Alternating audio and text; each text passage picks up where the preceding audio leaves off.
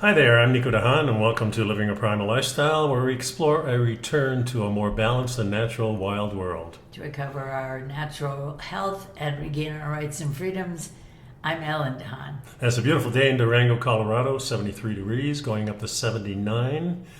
It's been nice out here. Beautiful. Yeah. I mean, it's hard to believe it's the end of June. Yeah, I know the time is flying fast for sure. Please subscribe to our YouTube channel, Living a Primal Lifestyle. Hit that notification bell and hit the like button to help our channel grow. We also post these videos on Facebook and LinkedIn for your convenience. And all the topics for today's show are in the show notes listed below in the description, so you can follow along, do your own research. And we also highly recommend Mother Earth Labs for all your vitamin needs if you wish to enhance your diet with natural and effective supplements. Hit the link in the show notes to maximize your nutrition with humic and fulvic and essential multivitamins. These two products give you all the essential vitamins, minerals, and amino acids required for a healthy immune system, with the ability to access these vitamins and minerals and whatever else is in there, and also to detox your body at the same time. They also make a great selection of other things, other products that may interest you.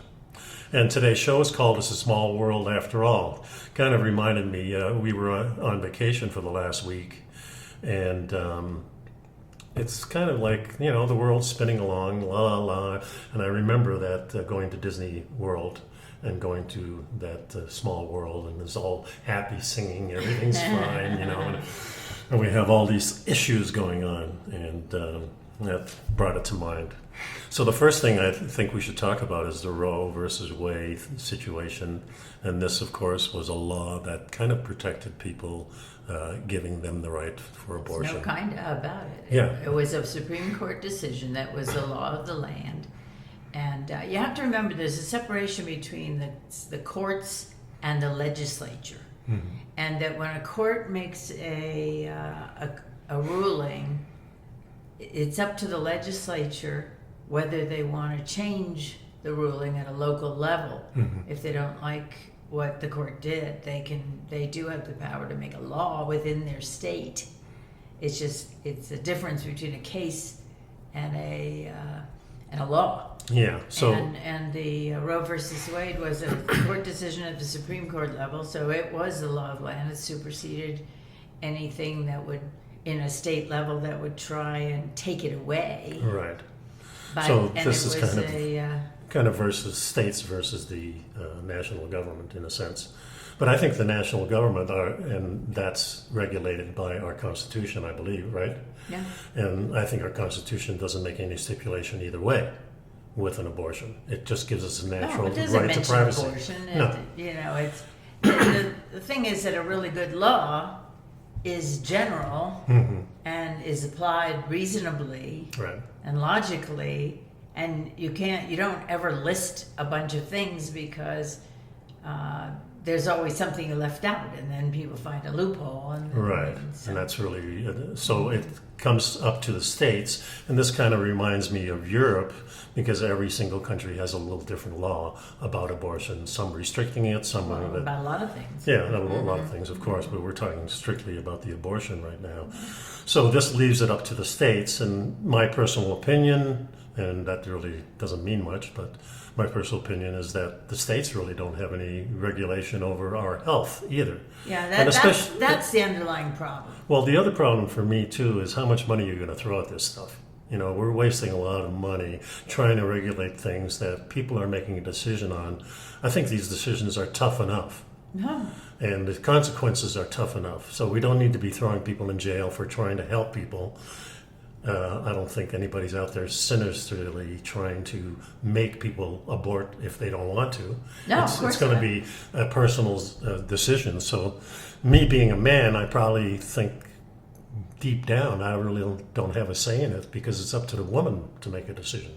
Yeah, and it's a very complicated issue. And what's interesting to me is the scope of the multinational companies and the national companies that have come out with policies, have changed their healthcare coverage, and are providing reproductive related coverage and, in many cases, gender related Yeah, so this issues. first article that we're going to deconstruct is these are the U.S. companies offering abortion-related benefits. So this kind of came as a surprise to me. I really didn't think about it, but now corporate America is really saying, if you need an abortion, we'll pay your travel expenses. Well, here's what they're saying. Okay. We have employees in all the different states in this country. Right. We need to provide equal coverage, equal benefits for every employee. Mm-hmm. So what they've done is, in a lot of cases, these companies were already covering abortions, medical procedures in general, Right. including abortion. Right. And so they said, what we're doing is, if the state you happen to be living in is now ruling that it's not legal to have an abortion, we'll reimburse you for up to a certain amount of money for travel expenses to get you to a state where you can get the care you need. Right. And we're talking about, the whole issue is so complex. It is not simply a matter of whether or not I have control over my own body. I mean, that's the underlying most fundamental issue. There's also issues of, what about the fetus that is chromosomally damaged or has terrible birth defects? You're sentencing this child to be born into the world to suffer and maybe die. Not just the child. Oh, and you're sentencing and then there's the burden. The parents, Right. the mother, and then you have the issue of the fathers. And yes, there's lots of conversation about that. I don't want to get into that, but what I do want to get into is those fathers who are responsible and have stepped up and are either in the relationship or paying for the child, and that how many young people, their lives are changed irrevocably, their opportunities are taken away, their financial stability is terribly threatened by continuing to have this child. Yeah. And it's a terrible dilemma, but it should be a personal decision. Yeah. I mean, of course, you consult your doctor and what's Sure. reasonable, but Yeah. ultimately, how are you going to stop this? I mean, if a person wants to have an abortion, they're probably going to find a way to do it. Well, that's they did for years before Roe. Well, interesting too is most of the states that regulate this extremely don't punish the person having the abortion; they punish the people performing it. Well, in this case, they're talking about punishing everybody. Yeah, that too. And they're also going to restrict, some states are going to restrict the movement. If you're pregnant, you can't go out of state to do good luck with that. Well, yeah. I mean, none of this is total knee-jerk overreaction, shotgun. Well, the other thing is, too, who's going to decide whether it's an abortion or a miscarriage? Well, that's not even, there's so many things. Yeah. There's no way, when I counsel my clients about making rules, I say to them, do not make a rule you can't enforce. And this is a rule you can't enforce. There's no way. And the company, all these companies, and then some of the legislators in some of the states, one in particular was Texas, that says, well, they're going to tell Citigroup that they can't write any mortgages in their state. And I'm thinking, well, who exactly is that going to hurt? It's going to hurt every person in your state. Yeah, you're supposed to be there for the good and welfare of the people of Texas. What are you doing? And it's not going to make any difference to Citigroup, ultimately. And if people can't get mortgages, that's going to mean they can't buy a house. And they can't, and they'll leave the state. I mean, this is ludicrous. It's a crazy situation. And who decides, when life actually, most of our rights in the United States, according to the Constitution, is that we're born with these rights. Right. So before you're born, you don't have those rights. That would be the logical conclusion. Right. So. Yeah, well, it's interesting. It's interesting. Anyway, before you go away from this, I wasn't going away. I was just going to okay. say this article is really talking about the benefits that these companies And there's quite a few of them. They're all listed here. Airbnb, quite a few, and they're Amazon, huge, you know. Apple, Bumble, I don't know who that is, Citigroup. Chobani Yogurt, Yeah. Dick's Sporting Goods, Disney, DoorDash. DoorDash, Goldman Sachs, Yeah.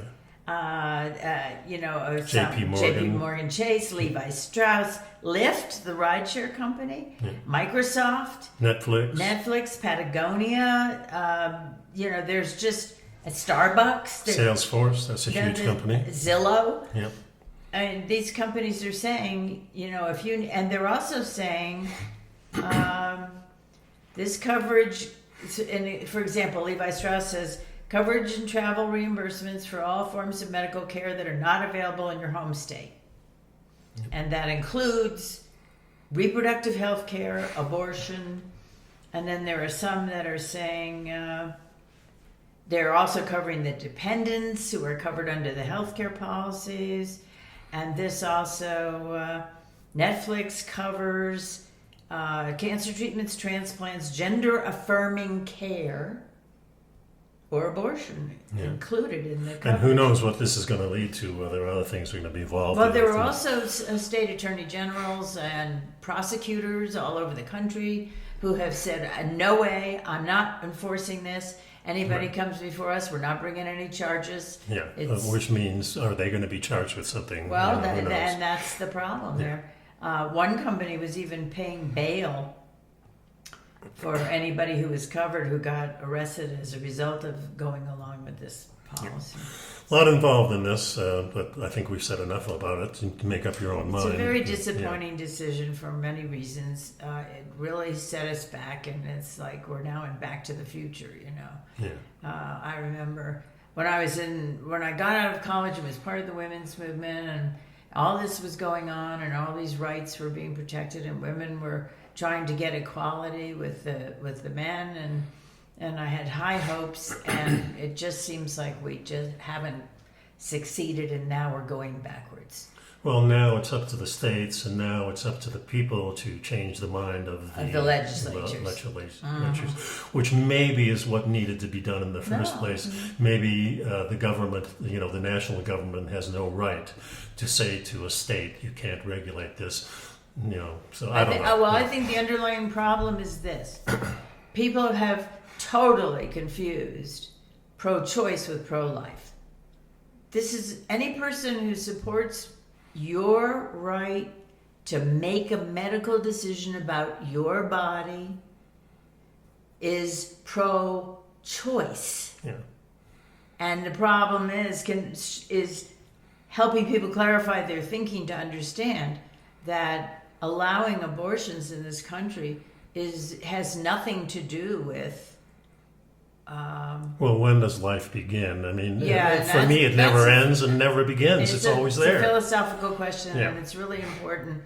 I mean, to if you take it, understand- well, the thing too is if you take it back farther and farther, then you're talking about ejaculation. Is that alive? Well, if you look under a microscope, Yeah, those sperm are alive, those and sperm. you're killing all those babies. It's, so it can get ridiculous, really. Yeah, yeah. So let's move on. what a good idea! So this next article is called. Let's get to a much more pleasant and Now this is kind of weird too because it's the Yeah, it doomsday prophecy of this Dutch guy, Dr. Gerrit van den Bosch, and Gert van den Bosch. yeah, and this guy asserts that vaccines are kind of like antibiotics. So if you're overusing antibiotics, we know that the germs kind of get smart and they mutate. First, this guy is a doctor, a scientist, and he's an expert in immunology. But he comes from a veterinarian point of view. Does he? Yes. So it's a little different, and I always thought the veterinarians have a real good, keen sense of, we watch these animal programs, and the doctors figure things out so quickly, where in the medical community for human beings, everything seems so damn complicated. And it takes so long. Yeah, and usually the doctor or the veterinarians say, well, it's the food, or is he getting toxins from someplace else? Right. It usually involves that, where in the medical community for human beings, They never ask you what you're eating. no, the doctors really doesn't care what diet you're on. So to me, Well, it's here's confusing. the point. Okay. Dr. Bosch is asserting that the overuse of vaccines is like the overuse of antibiotics, in that it creates antibiotic and vaccine resistant strains of bacteria and viruses. Right, and remember with antibiotics, if you don't finish the antibiotic in that period of time that it's allowed, then you're actually shorting the system and the germs kind of get smart and can override it. But if you use the whole antibiotic for the period of time prescribed, then you're killing everything and they don't reemerge. But if you use antibiotics for everything at the drop of a hat, you become antibiotic resistant as well. And so do the germs. And yes, so that's So what's happened here with these mRNA vaccines, mRNA vaccines, we know that people who get vaccinated still get the flu or the COVID, whatever it is, right?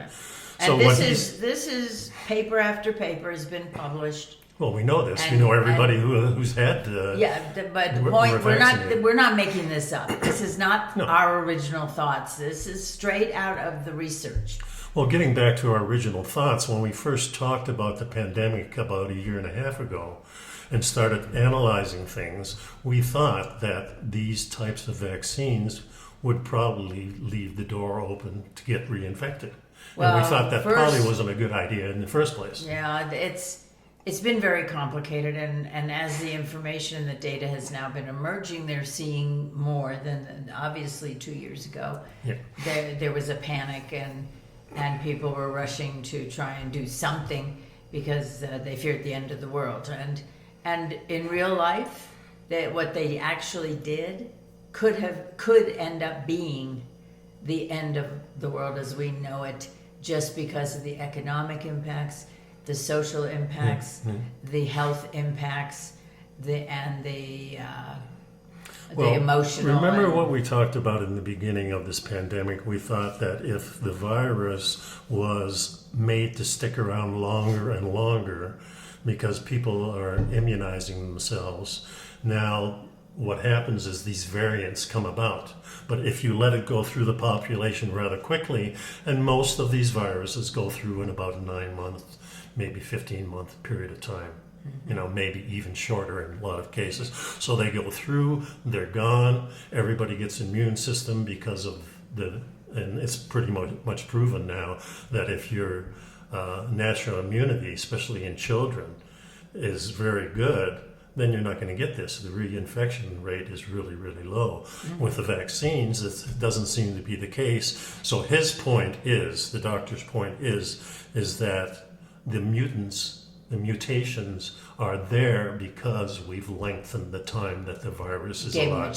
Gave it a chance to mutate because now it's getting smart. It's saying, oh, we can't go here, but we can go here. Yeah, they hide. The viruses hide. We know so little about these things. I think the point in here of this particular conversation with Dr. Vandenbosch was that you have two types of immune cells, T cells and B cells. The T cells are the ones that jump in right away and fight the infection, and then they're gone. They don't learn. Yeah. The B cells are the ones that actually learn and then recognize something like it when it comes up again, if it comes up So again. these vaccines are not like the vaccines of the past. They're new vaccines, and they've shown that they're not that effective in slowing down the infection rate. In other words, if you've had the vaccine, you can still pass on the pathogen and other people are going to affect it. What it says here, but if you have a vaccine that results in high levels of neutralizing antibodies, there's no way to create variants. Yeah, but that's his position. That's his position. Right. I don't know, we're not doctors, so we don't know, but it makes sense to us. Yeah, well, I think it's a good conversation to look at and to think about because it's vaccines in the past were mostly effective in preventing you from getting the disease.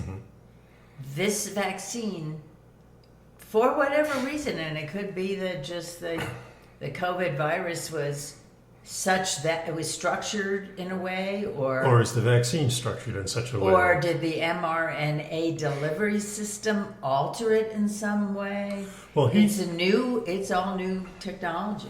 he says, imagine if you were a public health advisor and were confronted with the choices. He says you have two scenarios. You get rid of vaccines and lockdowns. No, this is the article I'm sorry, let me interrupt you just for a second. The article was written by let's see, who was it here? Doesn't even say it. Well, you have to go up and click that. Yeah, well, the point is, it was written by someone who doesn't agree Right. with Dr. Van den Bosch and who is espousing a totally different approach.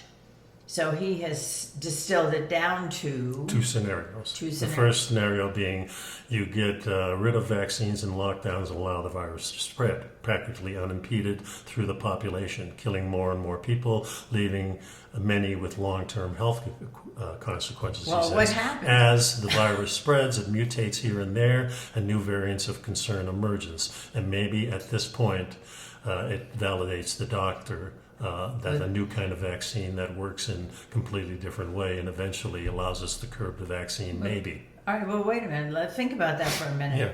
He's saying that if you get rid of the vaccines and then you kill more people and you leave many with long-term health consequences. Well, what exactly did happen when we gave the vaccine? Well, it's not the only scenario because we have a lot of therapeutics that work.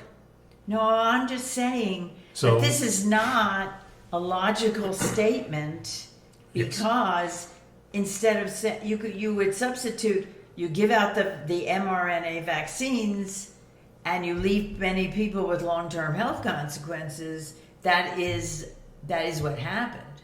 Yeah. So Well, the scenario number two is we vaccinate as many people as possible and as quickly as we can, and the cases and deaths goes down. If new variants of concern escape from the protection granted by the vaccine's emergence, scientists reformulate the vaccines, and this strategy is based on vaccines that target the adaptive arm of our immune system. The same principle that allows us to slay smallpox. However, these vaccines are not the same as the smallpox or the polio or the measles because they work and they don't spread it. yeah, well, the fact of the matter is that research is ongoing. Yep. That things will be changed, refined, and adapted, and we'll just have to see where this goes. But the conversation with Dr. Van den Bosch raised a number of interesting points. Well, there's a video on that, and that's the next one, A Tale of COVID Trade-Offs, Vaccines versus Innate and Natural Immunity. And so this is an interview with Brett Weinstein. And Weinstein. Dr. Brett Weinstein. Or Weinstein. No, he pronounces it he does? Weinstein. Well, I pronounce it Weinstein. Okay. Brett speaks with the doctor in England, and together they talk about the whole thing. So this is the first thing that I listened to, and it brought up a lot of interesting things, and I kind of went along with what they were doing, and that's why I brought up the other article, because it's an article that kind of debunks this. Well, it's the other perspective. It's the other position. So here you have both positions. Yeah. One's a video and one's not. So anyway, make up your own mind. We haven't really made up our mind. We're just kind of bouncing around. It's a wonderful, mad world. From my position, there's no making up my mind about anything. I mean, I'm just trying to see what keeps coming out. Information keeps coming out, and make logical decisions based on... We've protected ourselves the best we know how from all the information, and that's all we always say. We want governments to give us all the information and not be slanted in one way or the other. That's not the way it works. And then let us make our own decisions. Yeah, and we can make our own decisions, and if we make the wrong decision, perhaps that maybe it'll kill us, but that's the way. It's personal, and it's not the whole world. Exactly, and we're not forcing anybody to do anything, and that's really, it comes really back to that abortion issue too. It's the same thing, because we should have the freedom to choose Medical decisions. All medical decisions. And abortion certainly is a medical procedure. It's something that is a very tough decision. When we discuss between ourselves, should we get a vaccine? What should we do to protect ourselves? We spend a lot of hours looking and deciding on what things we should be doing. Right. So, we did our research and we did it our way, and we'll see what happens, I guess. So let's go to the next article. Eating one microbe protects honeybees against poor nutrition. This was an interesting article because it talks about the fact that honeybees that have no variety in their diets, and that's come up because of the monoagriculture and the planting of nothing but corn or nothing but wheat or nothing but soy, and they don't have a variety of pollens, and it turns out that has really significantly created the they don't have the variety. The failure of the honeybee population. Well, I think it's always a problem when you have just one food source. Yeah, and that's what they're saying. And that's what they're talking about. And it's true for people as well as honeybees. Yeah, and honeybees is what pollinates all our plants. Oh, yeah. It provides nutrition for the plants. It provides nutrition for us. Of course, honey is something that we seek out. Mm-hmm. It's something that's at the, a part of the food cycle that is the real sweet thing that if you are in the woods and you were a primitive, you'd be really going after this stuff. And it's very compelling. There's not much out there that shows you that, the unnatural sugars that we create is probably not really a good idea. We love them because of the taste, but taste is not always the indicator of health. Right. Especially sweet things. Right. Sour seems to be the indicator of health, but you can't eat as much sour stuff. Right. You can eat a lot of sweet stuff. Yeah, that's for sure. The sure. effects of poor nutrition are most damaging in the developing larvae of honeybees, who mature into workers unable to meet the needs of their colony. It is therefore essential that we better understand the nutritional landscape experienced by honeybee larvae. Well, the interesting thing here, if you go down another few paragraphs, it says, the research team found that there was a specific microbe, Bombella apis. I think apis means bee in Latin, and so they call it the bee apis or apis, and it's the only larva-associated bacterium that's actually able to thrive in royal jelly, and apparently the bee larvae are fed royal jelly for the first couple of days of their lives, and then they switch to... Yeah, and it's the queen, I believe, that eats the jelly all its life, because it has to be the real strong one in the hive, right? Right. So what they found was that the bee apis or apis makes royal jelly more nutritious and significantly increased its amino acid content, which helped develop bees build resilience against this nutritional stress phenomenon that's been going on. Mm-hmm. So when that microbe was added to the bees, even though they had poor nutrition, they reached the same mass as control bees that were given full nutrition. So the microbe was able to make up for the poor diet. But how long can that happen? Well, that's the question. We're talking. It's a very short-term solution, but at least it offers some help. Well, it's compounded by the fact that honeybees have been under stress for many years, and we know that the colonies themselves are smaller and smaller and smaller over the decades. And they've been hampered certainly by our unnatural fertilization, by our pesticides, by air spraying crops when bees are there. And the monoculture of the crops. Yeah, all those things have been stressed. So, and the other thing that was interesting is that the researchers talked about crops that get wind pollinated.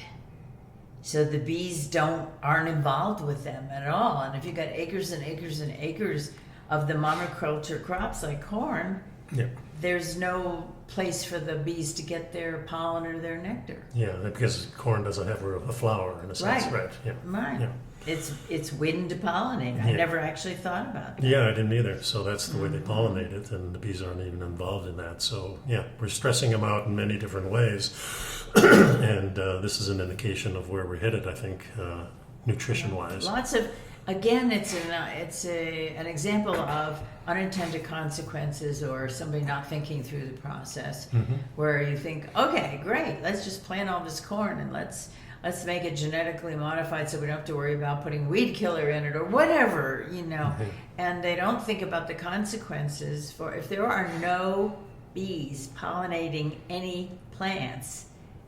That's going to be an issue. That means we're going to have more and more of the plants that thrive on the wind rather than the bees. And, And what those- about the flowers and what about the fruits and what about all these other things that need the bees? And what about us? Now, if we don't have the bees, could have a dramatic and disastrous impact on humanity. Yep. Next article is called Highly Processed Foods. Are highly processed foods bad for children? Well, there's a question for you. We know they're bad for adults, but the children are okay? I don't know. They're a little bit more sensitive, I think, than we are probably. Well, here's the thing. Adults have cardiovascular health problems in adulthood because of overprocessed food. That's been linked together through a lot of studies. So now we need a study to show that the kids are? I mean, it just seems pretty logical. Well, here's the problem. If you start out as a 5-year-old eating overprocessed food, that's going to be your habit all the way until you become an adult, and then you will have the health issues. Well, not only Maybe that, earlier. let's look at it right from the beginning. First of all, you're going to have a C-section, so you're not going to have the natural immunity the natural immunity that comes from the canal afterbirth, right, from a canal birth. Then you're not being breastfed. Okay, so we So you know don't get the colostrum and the initial immunities and right. so on. That You're not you getting might- the natural from the what you- mother. yeah, from the mother. So now we're going to go to processed food. We already have a shortage of baby food. Yeah, It I don't may get be- that. That's Yeah, weird. I don't get it either, but I know a lot of these plants were probably shut down during Because of the yeah, and the workers weren't there, so that Mm-hmm. seems logical. Yeah. But then we have this big thing that was going on in the 50s and 60s with Kellogg's cornflakes and all these other all companies. cereals in Yeah, general. cereals in general were being promoted as a healthy thing when they're ultra processed food. Yeah, well, so it's saying that what they looked at in this particular, there was a study, and they were looking at children from ages 3 to 5 who consumed ultra-processed foods, and then they also looked at children 12 to 15 who regularly consumed ultra-processed food, and they Yeah. included snacks, packaged Breakfast. snacks. Breakfast cereals, candies, soda, sweetened juices and yogurts, canned soups, prepared foods like pizza, hot dogs, burgers, and chicken nuggets. Yeah, now every kid that I know Is on this eats chicken nuggets and burgers and Yeah. hot dogs and pizza. And, because it's more convenience. It's easier well, for it's the easy mother. and it's- This is what we've been told. So instead of, the old days, the woman would be surrounded by the elder women and being taught this is our tradition and these are the things that we do to make the tribe healthy. And now that's being substituted by the TV and the internet and the advertising. The advertising of these food companies that want us to eat the cheap food that's making big profit for them. That's just the way I see it. And yeah. this is what's well, running here's everything. the deal. So what did they find? They found that children 3 to 5 who consumed more ultra-processed foods had poorer locomotor skills, and that they, for children 5 years old and under, the researchers used locomotor development as a measure of physical fitness. The analysis revealed that the children with the lowest locomotor developmental skills consumed 273 calories more per day of ultra-processed foods than the children with the highest locomotor development scores. Basically, what does that mean? I mean the child crawls later, walks later, isn't as well coordinated. It's definitely a disadvantage for the child from a developmental perspective. Yeah. And then The study also showed that the teens and the preteens with good cardiovascular fitness consumed 226 fewer calories daily from those types of foods, the ultra-processed foods, than those who weren't as healthy. Yeah, so so in other words, those who had moderate or not so good cardiovascular fitness consumed 226 more calories per day from ultra processed foods. Yeah. So, and it's you look at so many people pack a lunch for their child for school or pack a lunch for whatever, and you can now buy, what do they call them, Lunchables or something like that, where you got some processed, bologna or something like that. You got some fake cheese in there. It's a highly processed. Maybe you'll have chips or corn chips or something like that. Yeah. In that pack, already all put together at the store. You just buy the pack, throw it in the cart, and give it to the kid for lunch. I remember when I was going to elementary school, first coming to Canada from Holland, not being used to the food that the Canadians were eating or the Americans were eating. I had to have a packed lunch because I wanted the food that my mother always fixed me. Mm-hmm. And of course, it wasn't ultra processed. We didn't have any cornflakes, and stuff like that. But we did eat those things as time went on. My mother found it much easier to give us a bowl of cereal, let us pour the milk on it, and she went about her business cleaning the house and getting stuff done. And the earlier the better as far as she was concerned, I'm sure. So it became very convenient for us to have cereal, and it wasn't until we stopped eating cereals because we discovered that, hey, this was part of the problem for us. Yeah, my digestive system was always out of whack. The inflammatory nature of grains in general for both of us. And ultra-processed food. Yeah, it was. So when we switched, it was liberating because I felt the difference right away within a couple of days. So anyway, going back to the schools, but I do remember a point of time when I was in a much larger school in Canada, and went into high school, and part of the curriculum there was shop and home ec. Mm-hmm. And home ec meant that the people were cooking. And a lot of that cooking went into the cafeteria. And that was a lot better than what they were regularly fixing. And that's a great system. You would think that if you wanted to have healthy people, and especially children, and especially people in hospitals, you'd fix the best food there was in those two places. Well, first you have to understand that there is a big difference in food.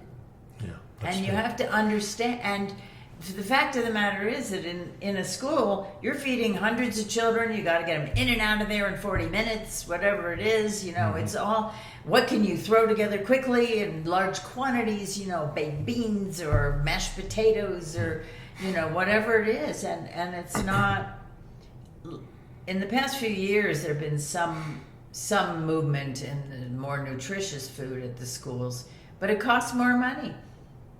And the schools better to put money. Well, I understand that. You understand that. But that's not...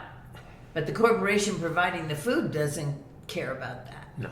And that's where the issue comes in. And not only that, because a lot of the companies now, remember that a lot of that food used to be made in-house in schools, but now we have purveyors that provide that food at a profit, which means it costs a lot more money to bring the food into these places and then distribute it. So well, maybe not. Maybe it costs less money to throw something in a microwave than it does. Well, in a sense, you're right. Those manufacturers are going to be looking for the easy way, the less cost-effective way, which means the nutrition goes down. And there's your dilemma right there. The most cost-effective way. Yeah. But the point here is that from the time that a child is, in this study, was 3 years old, they were already being damaged by eating ultra-processed foods. Sure. So it's something to really look into and think about for your child. Yeah. So next on the list, we have an article from The Lasting Table, and it's called Science Created a Spray-On Wrapper That Could Reduce Food Waste. Tasting table. Tasting table. Is that what it said? Yeah, sorry about that. So this is kind of interesting because this, first I thought, they're going to spray plastic And that's going to compound the whole problem that we have with plastics already.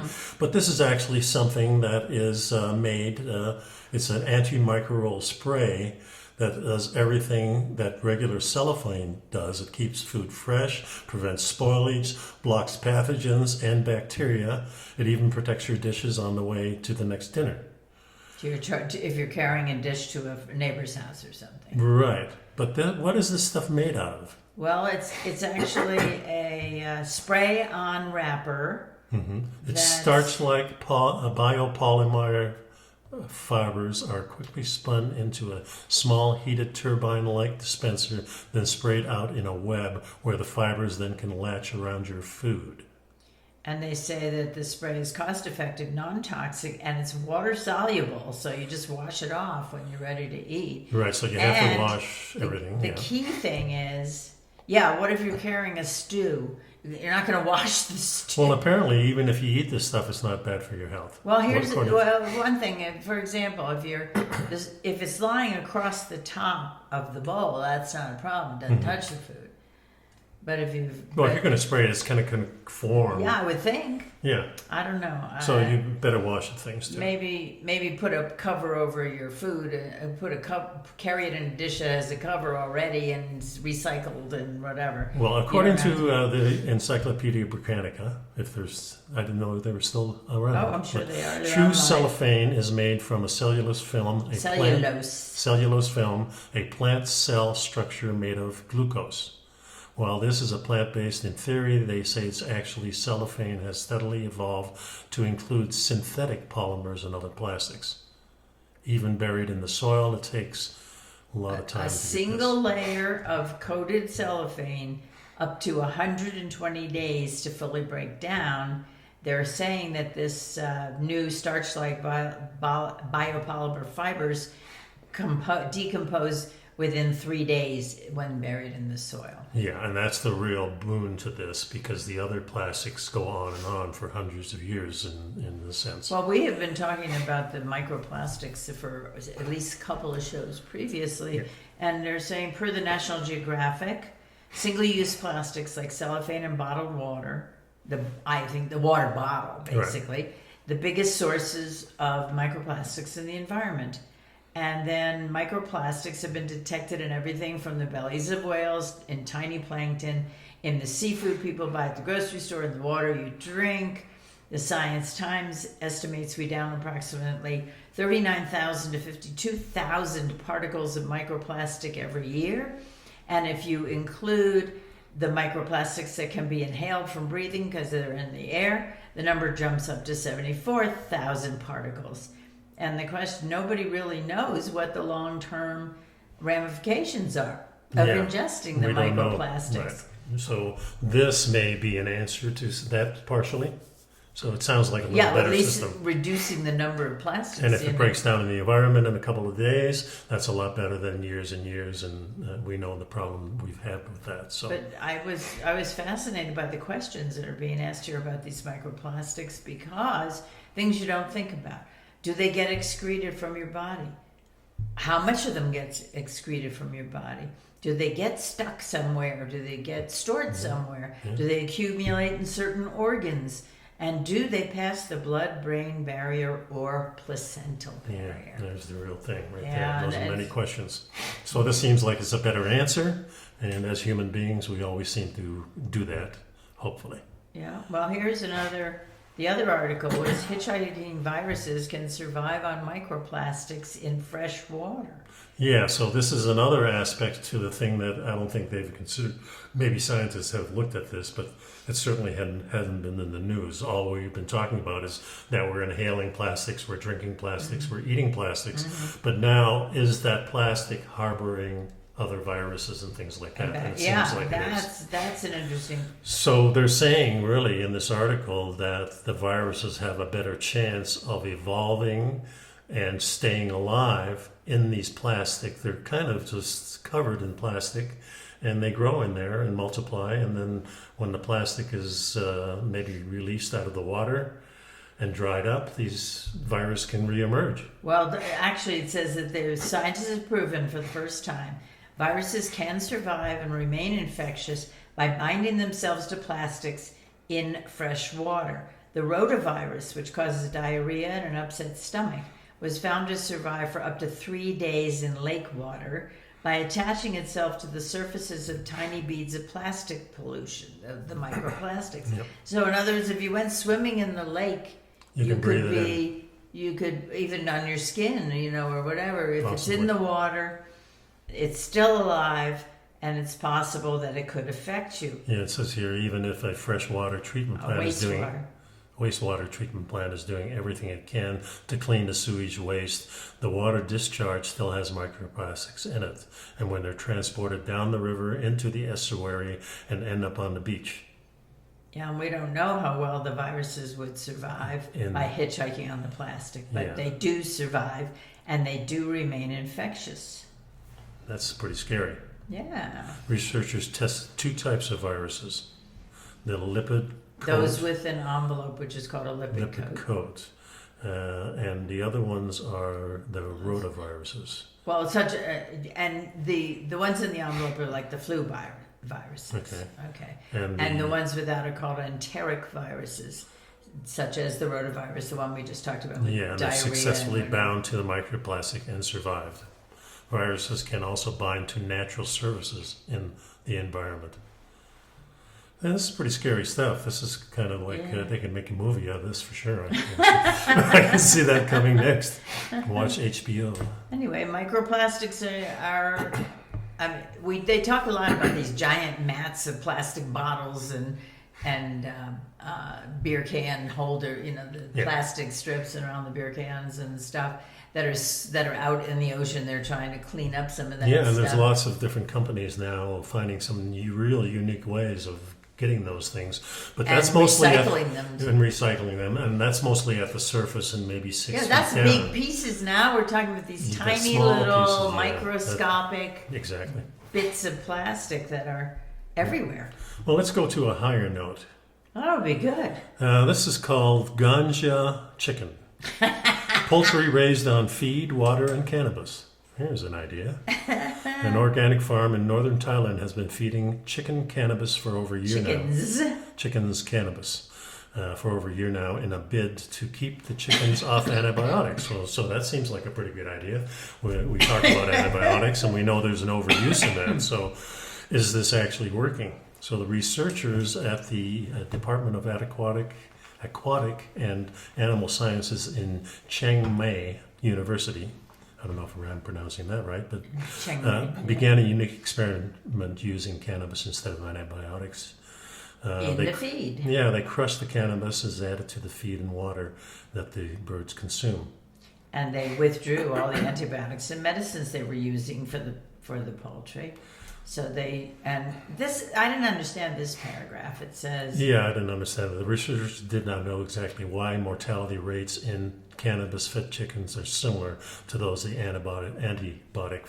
Well, both probably are helping in some sense. Well, I would say that the cannabis was doing the job of the antibiotics. It seems like fewer than 10% of the 1,000 birds died due to a disease, and that's comparable to the antibiotic-fed poultry. So the point was, using this technique was working equally as well. It seems like, however, the researchers haven't tested survival of the birds against the disease like bird flu or other things like that. Some of the severe diseases. Yeah, some of the things. Yeah. Well. But one bonus on this, the antibiotic-free tag of these birds has also been fetching a better price at the farmer's market.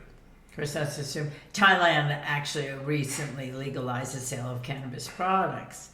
And they set the limit of tetrahydrocannabinol at 0.2%.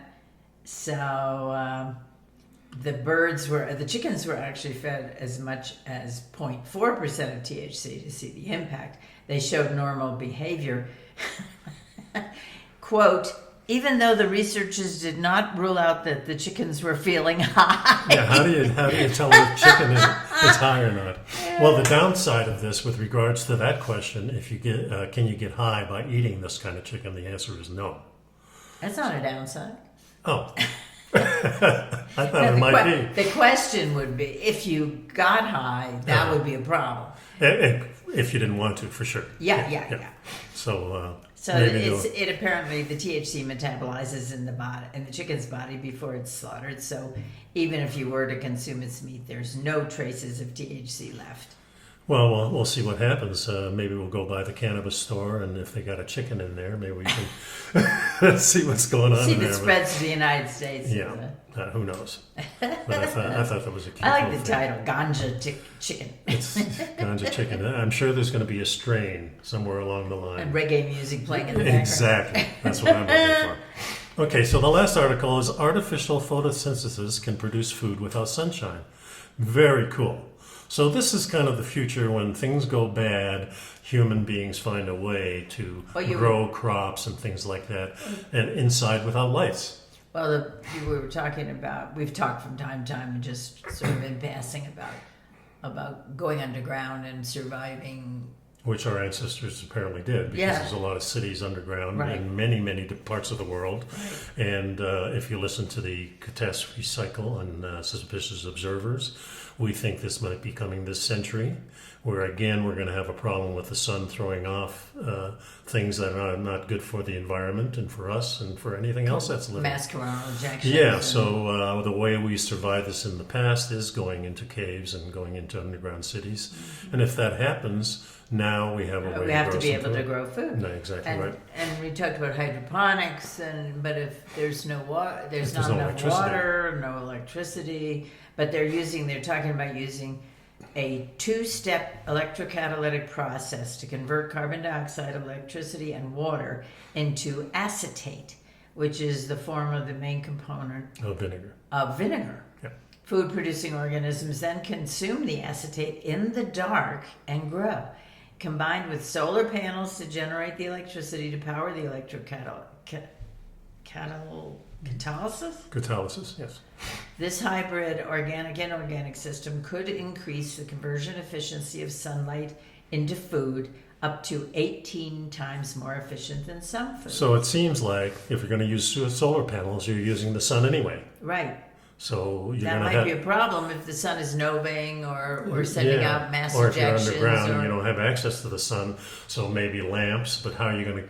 No, but you'd have to rig it all before the disaster came, because you'd have to run your wiring down and so on into the. We're going to find ways. I just feel. But it's interesting because they say experiments showed a wide range of food-producing organisms can be grown in the dark directly on this acetate-rich electrolyzer output, and it includes green algae, yeast, and fungal mycelium, which is what produces mushrooms. But it doesn't say anything about any other. Well, can we eat this stuff?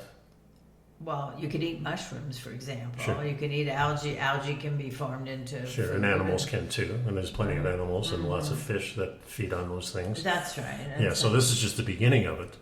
Experiments show that a wide range of food-producing organisms can be grown in the dark directly on the acetate-rich. Oh, you did that? Yeah. I'm sorry. No, that's all right. So, but the point is, what then? So they've got a chart here for you to look at when you go into the notes. They talk about the electrolysis converts the CO2 into acetate. Organisms are cultivated with the acetate in the dark, and then food is produced from the yeast, the algae, and the mycelium into other foods, because it becomes a medium for growing other foods. And they're showing a picture of some. So this approach to food production was submitted to NASA. Deep Space Food Challenge, where it was a Phase 1 winner. The Deep Space Food Challenge is an international competition where prizes are awarded to teams to create novel and game-changing food techniques that require minimal inputs and maximum safe, nutritious. Maximize safe and nutritious and palatable. That's important. Yeah, we gotta like it too. For long duration space missions. So, they don't really say how this translates into growing a wide variety of foods. Well, so far it's just plants, but I'm thinking that the animals could eat the plants. But here, this one got me. It's like, imagine someday giant vessels growing tomato plants in the dark on Mars. how much easier would that be for future Martians? Yeah. First of all, I'm allergic to tomatoes. That would be a problem. Well, they have more than one thing. So Yeah, we do yeah. have a choice. Well, it's very interesting finding. First, it's interesting that anybody is looking at ways to grow food without photosynthesis. Yeah. Yeah. So maybe they know something's coming. I don't know. Yeah.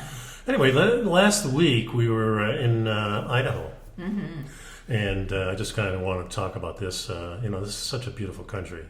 And we have a chance now to see much more of it because we're in the center of the country instead of being in Florida, which was one of our goals because we knew we wanted to travel. We really wanted to travel in the United States and Canada and probably some Mexico. And this is a nice central location, so we don't have to spend 2 days on the road to get anywhere. To get out of Florida. So we spent about a week just cruising around Idaho. We didn't do a lot of activities. We did meet your roommate.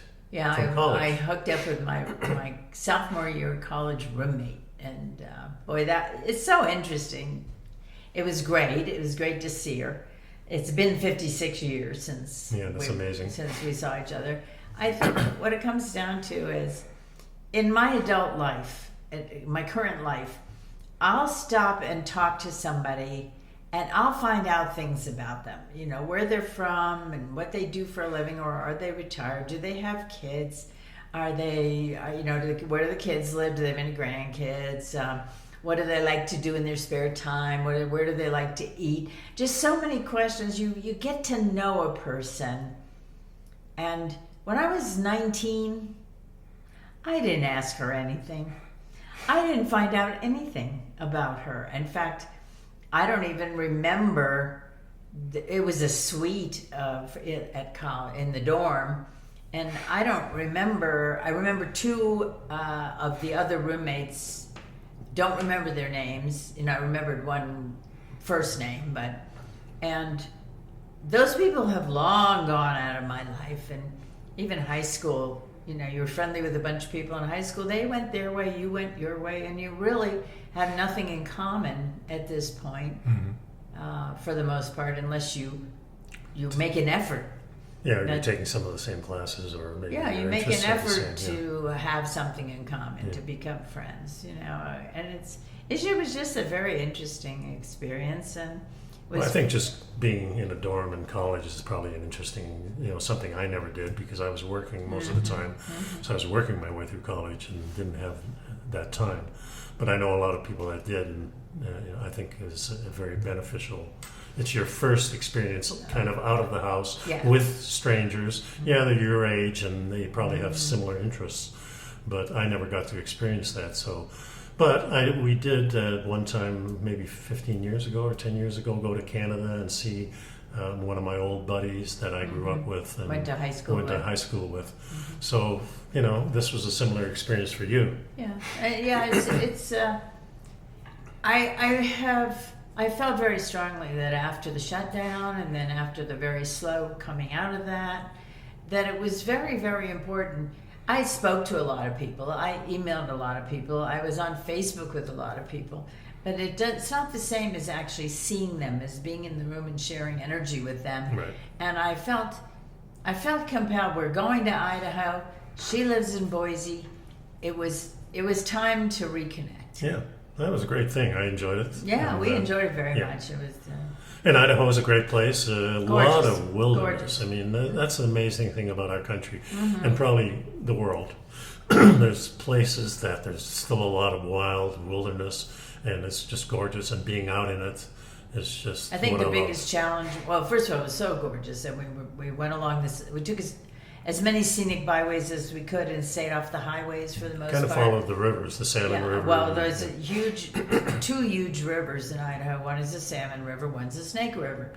And we went along both of those rivers in the course of our trip. Every corner we turned was like, oh, look at that. And Eddie's going, take a picture.